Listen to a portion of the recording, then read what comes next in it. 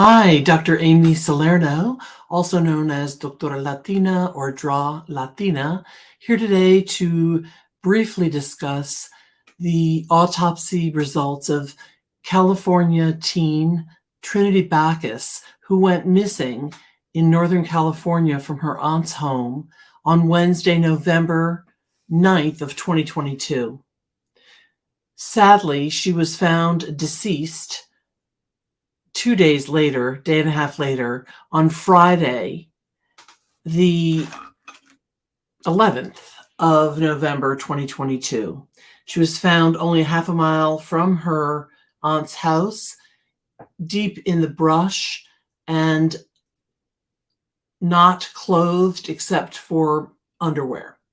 It is based on the autopsy report thought to have been an accidental death as a result of an acute intoxication with LSD, which is a hallucinogenic drug, that led to likely confusion, and then she got hypothermic or died of essentially exposure in lay terms.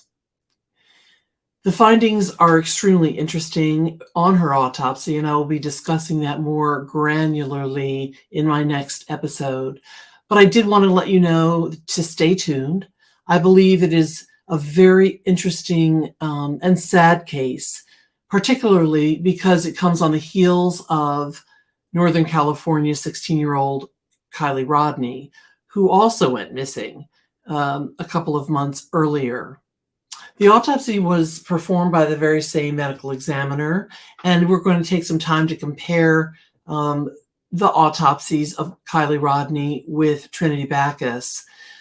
And we will also look at some of the parallels with respect to their social circumstances, friend groups, families, risk factors with respect to access to illicit drugs.